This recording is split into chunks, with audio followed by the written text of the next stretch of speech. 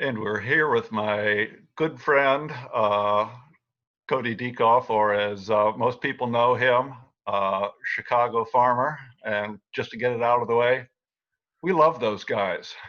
Oh, thank you so much. I appreciate that. Feelings mutual.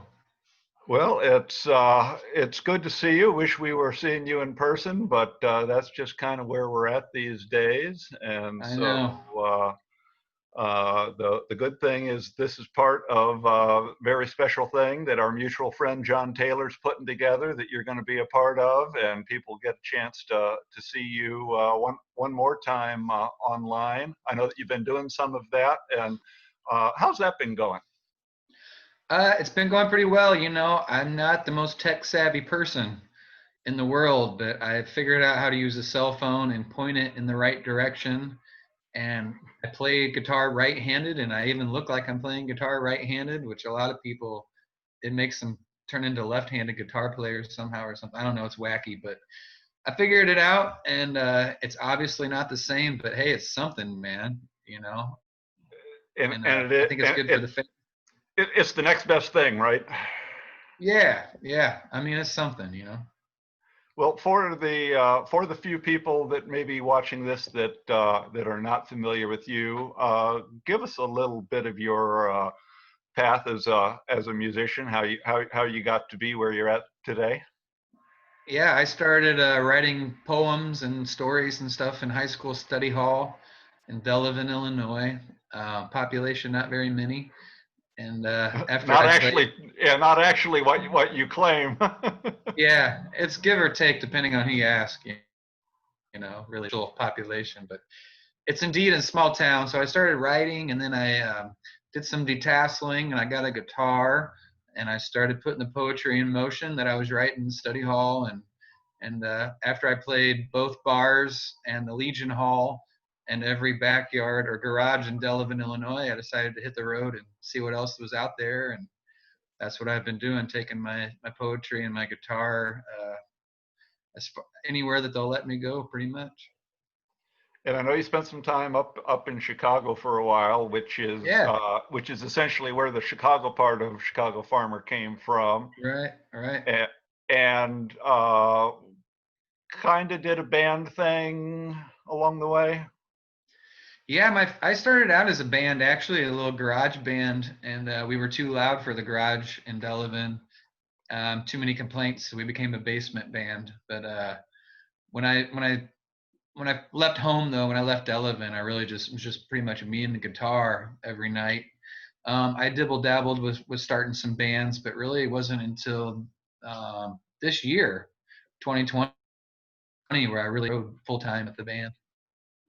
And it was enjoyable to actually get to see you with the band over at Duke's in Indianapolis. Had a lovely time there, and Yeah, we were looking forward to seeing you at one of our favorite haunts, Kenny's in Peoria, right.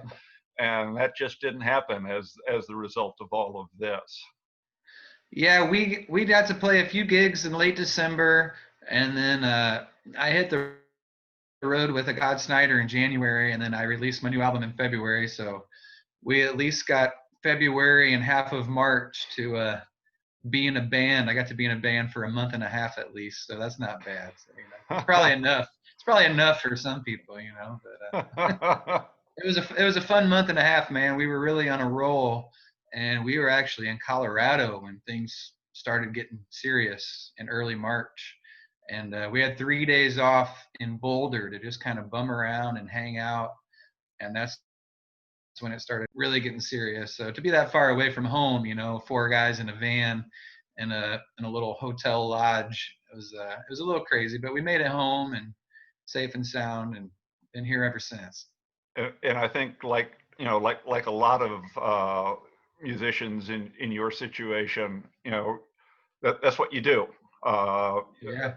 to make a living, you're out on the road doing shows, and a lot of bands found themselves somewhere uh, not that close to home, and had to figure it out some distance from home, and Yeah. Yeah, we made the whole drive, you know. Sometimes we'll stop and get a hotel in Nebraska or Kansas or something like that, but we just drove 15 hours straight from Colorado Springs because things were starting to get serious, and we're like, we just want to get home, get to our spots. So yeah, we left Colorado Springs around midnight and just drove straight home and to get back here and hunker down and whatnot. So And one, not that I needed to do much research to have a little conversation with you, but I know that one of the great influences on your music is Mr. John Prine, and to have lost him uh, to this whole thing, I think is just kind of a double blow. yeah, it kind of kicked us all while we were already down, you know. Yeah, I think about, John Prine was a Chicago land guy, but he was living in Nashville. I'm thinking about my Nashville friends too. They just dealt with a tornado and then COVID and then John Prine. It's just been like nothing like kicking a guy or girl when they're down, you know. It's been brutal. I pretty much like getting back to the music thing, you know, as an artist, you always want to live in the now, but also on the business side of things, you always want to look ahead. And I pretty much spent like my whole 2019 preparing for 2020. You know, every dime I made in 2019 was going to release my album in 2020, and so 2020 was going to be this big year of celebration, and then COVID, and then the loss of John Prine and other heroes and other things hitting the fan. It's been a rough few months, but we're still standing, we're still mostly, and just man, the world's changed so much in those 3 months.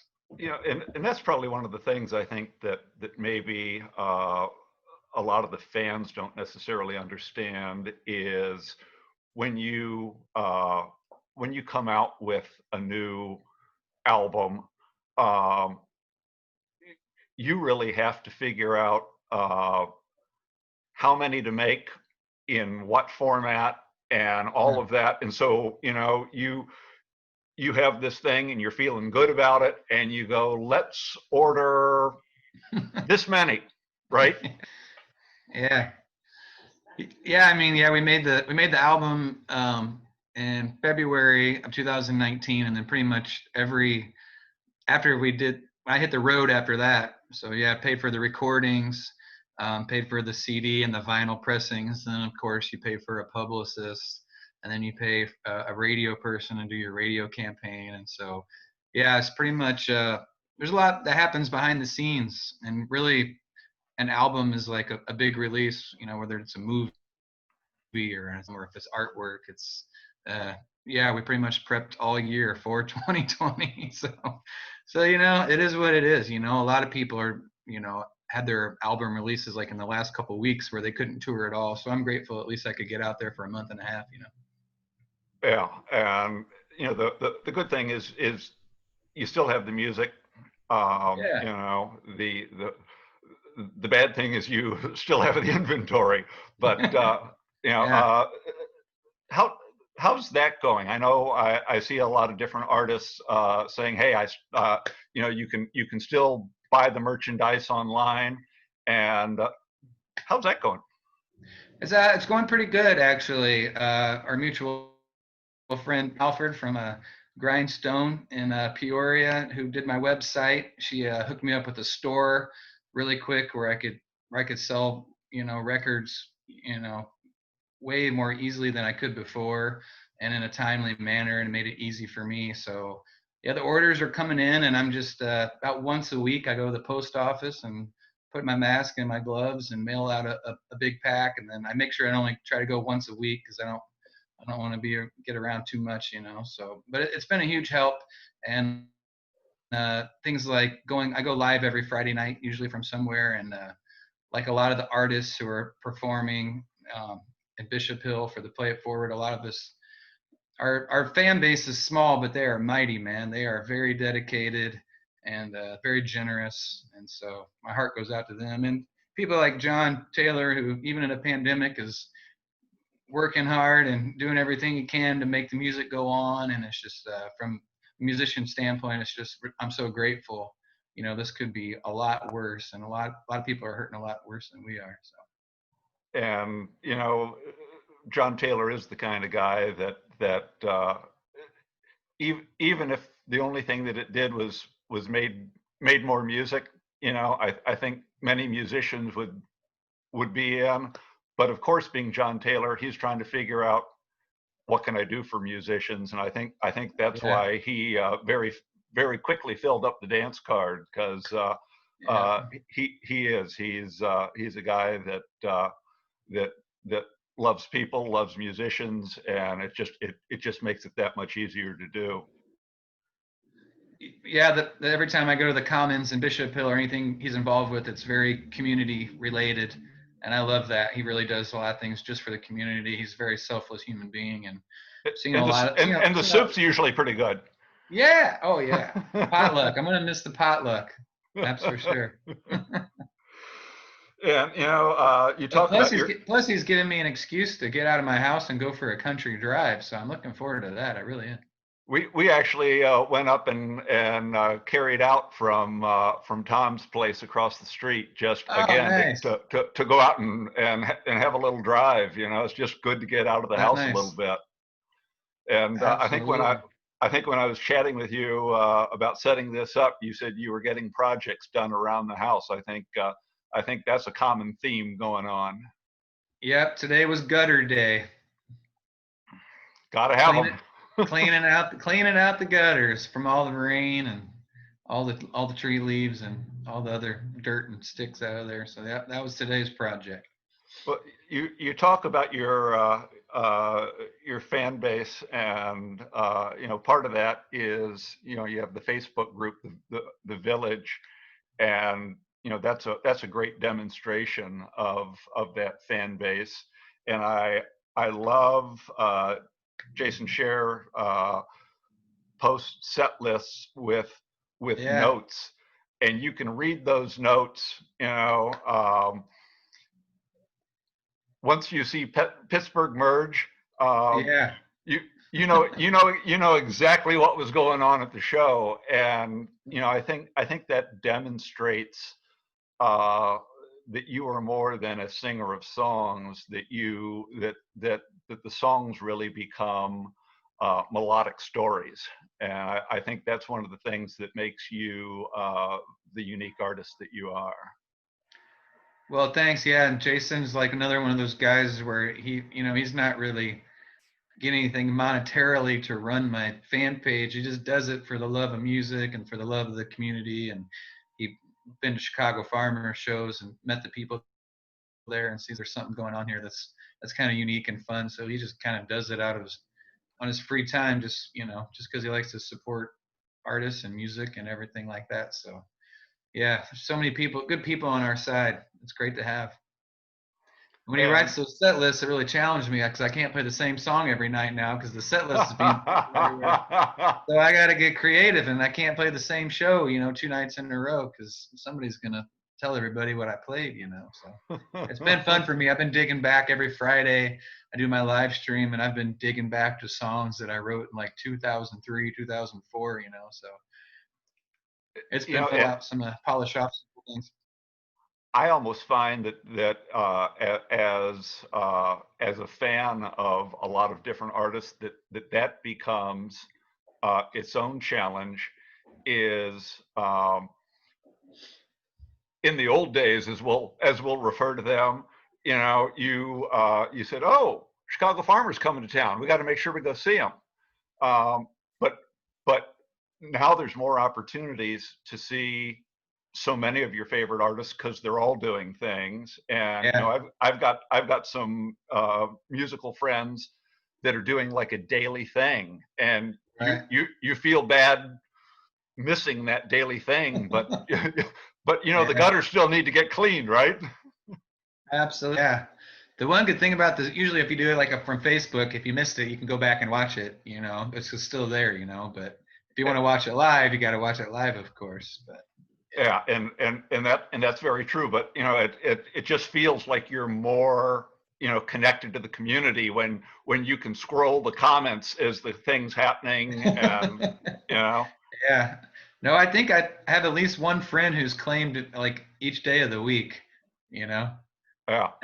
Ernie Hendricks Monday, my buddy Ed Anderson's on Wednesday, and Miles Nielsen and Kelly Stewart are on have Thursdays. I do Fridays, so there's pretty much all these days are claimed by multiple people and multiple times. So yeah, it's something else. And so, that if there is a silver lining, it is that opportunity, because I think so many of us feel better, even if we aren't in the same room with all of these artists, that we at least get that Yeah, connection in the yeah, moment, and it does make us all feel better. absolutely. Yeah, and I've been you were talking about John Prine earlier. I did write a song. It's called April 7th, 2020, and I don't know, that one just kind of happened, but I'm going back and I'm, revisiting all these old songs. It's like everybody's like, you should have all kinds of stuff to write about right now, and I'm just like, how do you put this into words? It's crazy. It's crazy to try to even think about how to put this, what we're going through right now, into words. But we're working on it. Wheels are turning. I'll come up with something. And I imagine, not being a songwriter, but you can't force that process. It Yeah. kind of it while you uh, tell us about your process. So I don't write every day. I don't write as much as I used to. What I kind of do is kind of log things in the back of my mind. Every day I go pick up my little guitar that doesn't even go in a case. It just leans up against the wall, and I grab that little guitar and I strum it and I play some melodies, and I start coming up with ideas, and I start going back and thinking about what all has happened to me recently. And sometimes a song comes out of it, sometimes a song doesn't. But sometimes I have to like make myself like get out a pad of paper and write. And but typically I'm just keep going back and forth to that guitar and coming up with melodies and coming up with ideas and kind of keep them flowing in my head. And I'm getting to the point where I better start writing them down because I'm not as young as I used to be. My memory's kind of going a little bit, but that's usually kind of my process. It's a weird process, but it works for me. So, does it tend to start with the melody, or does it tend to start with the lyrics, or is it just different every day? It's different every day, but it usually starts with that guitar. I mean, I think um,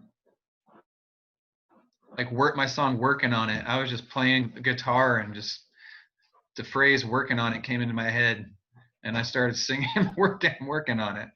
And the next thing I knew, I had a song. It was like 10 minutes later, I had a song, and then I have other songs like that have taken me a year before I, put it all together and have it the way I like it and stuff like that. So, but a lot of times it's just picking up that little side guitar and coming up with melodies and coming up with ideas and saying, oh, I like how that sounds. Oh, I like how that sounds. Oh, that kind of reminds me of that thing that I was doing to go when either this really positive or negative thing happened, and then kind of song evolves from that. Well, yeah, and to get ready for this, I was just kind of going through all of your past albums, and all the way back to 2005 and About Time, and Mm-hmm. I imagine there's some stuff even before that that is a little more difficult to find. Yeah. Um, but that one in particular, it's 15 years old, and Watch Doctor, Consider Me, Postcards, you know, those are songs that remain um, very much part of your regular set lists, and that Yeah. and that and that the fans want to keep hearing. And I think that that's a testament to what you've done.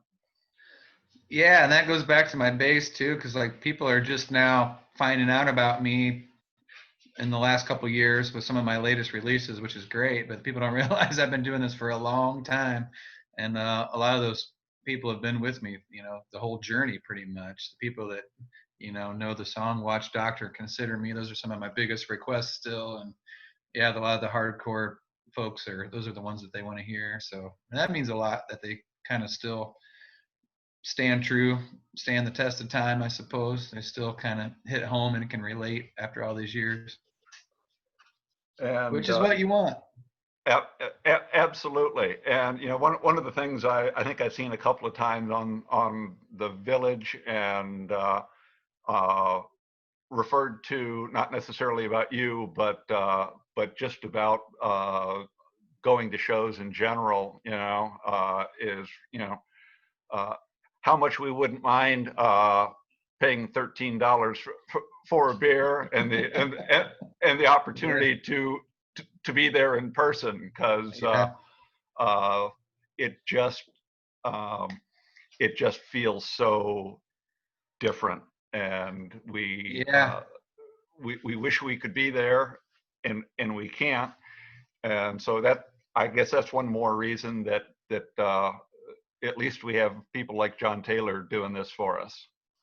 Absolutely. Yeah, I'd be happy to pay $13 for a beer and be at a local venue right now, hanging out with some friends and listening to some good music. I mean, obviously I want to play, but I'd be fine just being in the audience too. I just that's the thing for me. A lot of my inspiration comes from seeing other music. I always get inspired when all these amazing bands come to the Castle Theater in Bloomington or Kenny's in Peoria or the Commons in Bishop Hill. I see all these folks working so hard and traveling, and as a musician himself, that it always other musicians inspire me like all the time. They keep me going. So not only can I not play music, but for me as a music fan, not being able to see it has really affected me as well, because I need that to be at that show and have that release just like everybody else. And I'm a music fan as much as anybody else. and that brings up a good point. Is on top of the musicians, there are all of these venues that are the places that artists such as yourself count on being there. And it's not 100% clear how many of those are going to come out the other end of this. And Yeah. not only venues, but then all of the people that work at the venues, and it just kind of snowballs.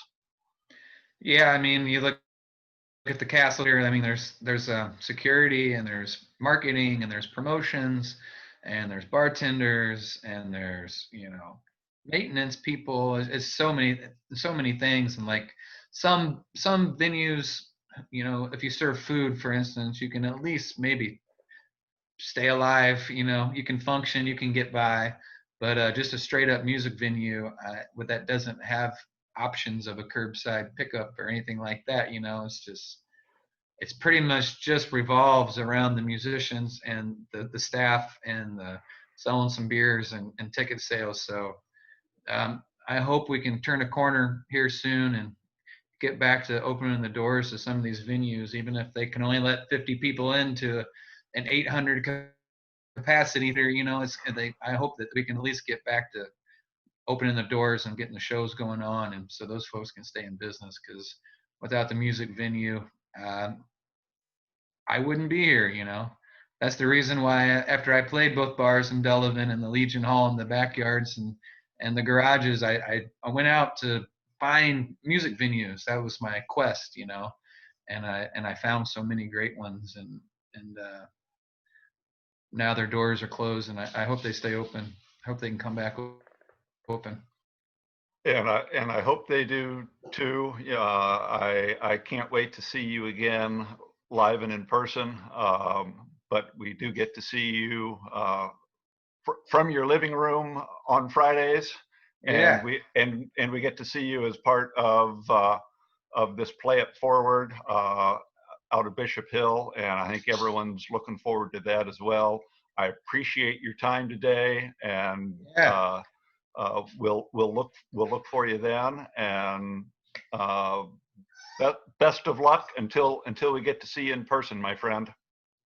Thanks, Jerry. Yeah, I look forward to Play It Forward. Thanks to John Taylor and everybody. And it looks like I'm playing last, so I guess that means I'm the headliner. There you go.